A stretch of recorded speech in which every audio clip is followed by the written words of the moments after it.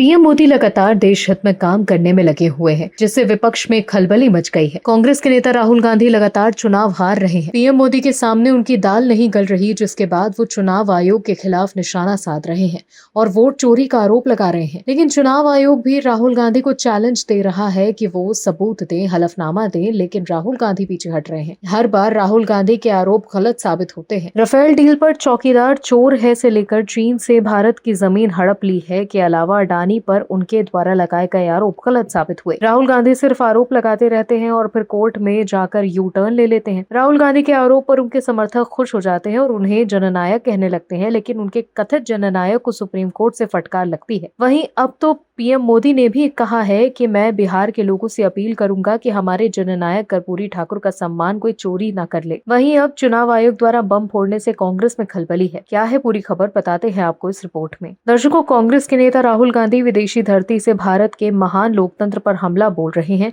लेकिन देश के भीतर उनके आरोप गलत साबित होते आ रहे हैं। राहुल गांधी और कांग्रेस के नेता चुनाव आयोग पर आरोप तो लगा देते हैं, लेकिन ना तो हलफनामा देते हैं, ना ही कोर्ट जा रहे हैं। दरअसल कांग्रेस ने बिहार की अंतिम मतदाता सूची में कई गड़बड़ियां होने का दावा किया और आरोप लगाया कि निर्वाचन आयोग बीजेपी की बी टीम के रूप में काम करता है और पूरी तरह से निर्लज्जता पर उतर आया है। साथ ही एसआईआर की प्रक्रिया का मकसद बीजेपी और उसके मित्र दलों को राजनीतिक लाभ पहुंचाना है। पार्टी महासचिव जयराम रमेश ने यह भी कहा कि आयोग को बीजेपी की कठपुतली की तरह नहीं दिखना चाहिए।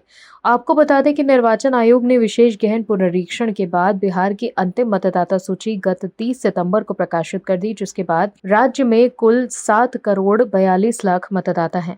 जयराम रमेश ने खबर का हवाला देते हुए एक्स पर पोस्ट करते हुए लिखा कि निर्वाचन आयोग ने एसआईआर का पूरा खेला ही बीजेपी के इशारे पर रचा है। अंतिम एसआईआर में निर्वाचन आयोग के सुधार के दावे भी गलत साबित हो रहे हैं। बिहार के सभी इलाकों में ऐसी खबरें आ रही हैं कि इस बात की ये पुष्टि करती हैं कि पूरी प्रक्रिया का मकसद भाजपा और उसके मित्र दलों को राजनीतिक लाभ पहुंचाना है। उन्होंने आरोप लगाया कि एसआईआर प्रक्रिया के बाद अंतिम सूची में भी तमाम गड़बड़ियों के मामले बताते हैं कि निर्वाचन आयोग को उच्चतम न्यायालय के स्पष्ट आदेशों को भी कोई परवाह नहीं है। साथ ही भाजपा की बी टीम के रूप में काम कर रहा ये आयोग पूरी तरह से निर्लज्जता पर उतारू है। रमेश ने सवाल किया कि क्या मुख्य निर्वाचन आयुक्त ज्ञानेश कुमार इसका जवाब देंगे कि एक घर में 247 मतदाता कैसे पाए गए और एक व्यक्ति का नाम एक ही बूथ पर 3-3 जगह क्यों है? अंतिम मतदाता सूची में इतनी बड़ी गड़बड़ियां कैसे सामने आ रही हैं? या वो पहले की तरह ही चुप्पी साधे रहेंगे? उन्होंने कहा है कि चिंताजनक बात यह है कि कुछ विधानसभा क्षेत्रों में मतदाता के नाम कटने की संख्या पिछले चुनावों में जीत के अंतर से भी ज्यादा है। कांग्रेस नेता ने कहा कि हमने पहले दिन से ये कहा है कि भारत का निर्वाचन आयोग पूरे देश का है और उसे सत्ताधारी दल की कठपुतली की तरह नहीं देखा जाना चाहिए। दर्शकों, छपी एक खबर को शेयर कर कांग्रेस के नेता जयराम रमेश ने यह भी आरोप लगाया। इसी तरह का आरोप राहुल गांधी ने भी अखबार में छपी खबर को लेकर लगाया था कि चीन ने भारत की जमीन हड़प ली है। लेकिन क्या हुआ? सुप्रीम कोर्ट में फंसने के बाद राहुल गांधी ने साफ कह दिया कि वो विपक्ष के नेता हैं, इसीलिए अखबार में छपी खबर को लेकर निशाना साधा था और आरोप लगाया था। दर्शकों, कांग्रेस के नेताओं की आदत है कि कोर्ट में फंसने के बाद वो पलटी मार लेते हैं। वहीं एक मीडिया रिपोर्ट के मुताबिक बिहार के फाइनल वोटिंग लिस्ट में करीब 6000 गैर भारतीय वोटर यानी कि विदेशी घुसपैठिए पाए गए हैं। चुनाव आयोग इनके खिलाफ आगे की कार्रवाई की तैयारी में है।